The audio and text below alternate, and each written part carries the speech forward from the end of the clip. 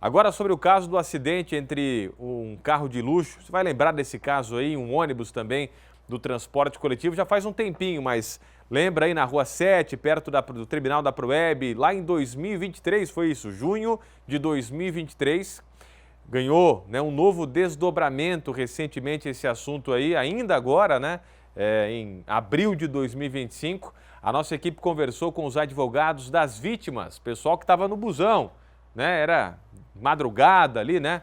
Quase de manhã cedo já, a pancada do carro de luxo no ônibus ali na Rua 7. Tem atualizações relevantes aqui sobre esse assunto. Pode balançar aí para mim, vai lá.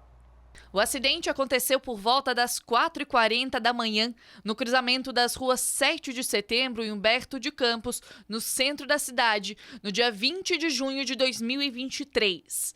As câmeras de segurança flagraram o momento que o carro atinge a lateral esquerda do ônibus da Blue Mob. No momento do acidente, cerca de 25 passageiros estavam no ônibus.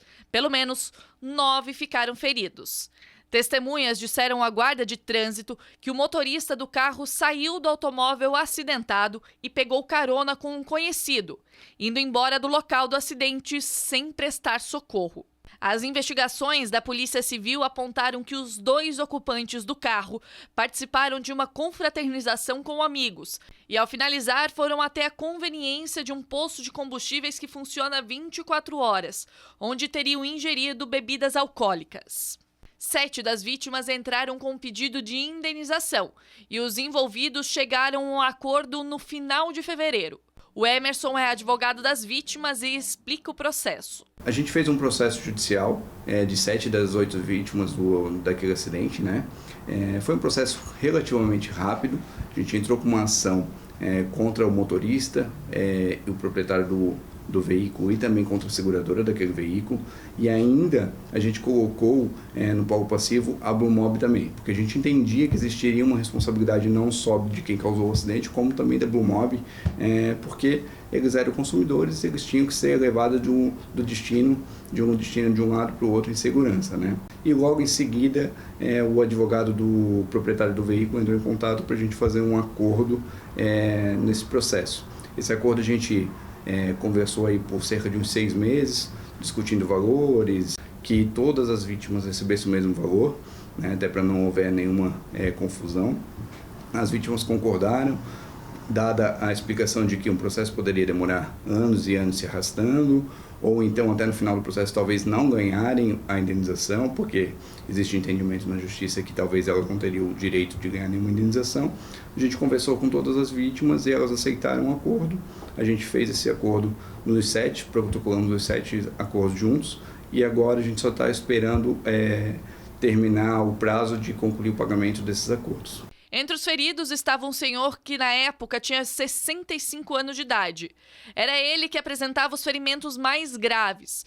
Ele foi socorrido com suspeita de traumatismo crânioencefálico e encaminhado ao hospital. Nós ingressamos com o processo em agosto de 2023 e agora o último réu apresentou contestação e nós ofertamos a última réplica.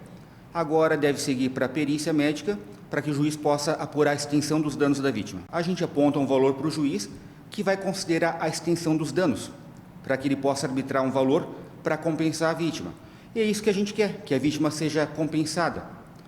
Até o momento não teve nenhum acordo, houve uma tratativa inicial, só que não foi considerada, porque o valor é bastante irrisório, considerado a extensão do dano, né? A indenização vai trazer uma nova perspectiva para a vítima, que precisou passar por diversos procedimentos médicos. Nós temos 3 réus indicados. O primeiro é o motorista, que tem a responsabilidade por ter a propriedade, por eleger alguma pessoa para dirigir o carro, o condutor e a seguradora. Os 3 podem ser responsabilizados, embora a seguradora alegue ausência de responsabilidade por uma questão de embriaguez, que está sendo investigada pelo Ministério Público. O acidente tirou toda a estabilidade da pessoa, né? Ela precisa de uma compensação que a gente buscava por acordo, o que não aconteceu até agora, né? Não acontecer um acordo no decorrer do processo é um tanto normal, porque a gente não sabe a extensão dos danos até que o perito apure as sequelas. Agora, o que é estranho, o que causa estranheza, é que nós temos 3 réus num processo. num processo que não se discute a culpa. Nós sabemos qual foi o veículo causador, tem imagens e não há negativa desse fato. Então, o que nós gostaríamos é que houvesse uma assistência mínima, que tivesse transporte para a vítima, que tivesse uma assistência médica, que tivesse alimentos. Depois de 2 anos, a Justiça marcou a audiência de instrução, que deve acontecer no próximo mês, em maio. A defesa dos 3 réus alega que foi um mal súbito que causou o acidente, enquanto o Ministério Público de Santa Catarina apresenta provas de que foi embriaguez no volante. As vítimas esperam por justiça. As vítimas, né, querem que o responsável pelo acidente ele seja responsabilizado e cumpra a lei, né? Agora vamos ver o que vai acontecer. Nossa equipe entrou em contato com a defesa do condutor da Mercedes, mas eles não se manifestaram aqui nessa reportagem. Quase 2 anos, agora em junho, vai fazer esse acidente aí na Rua 7 com Alberto de Campos.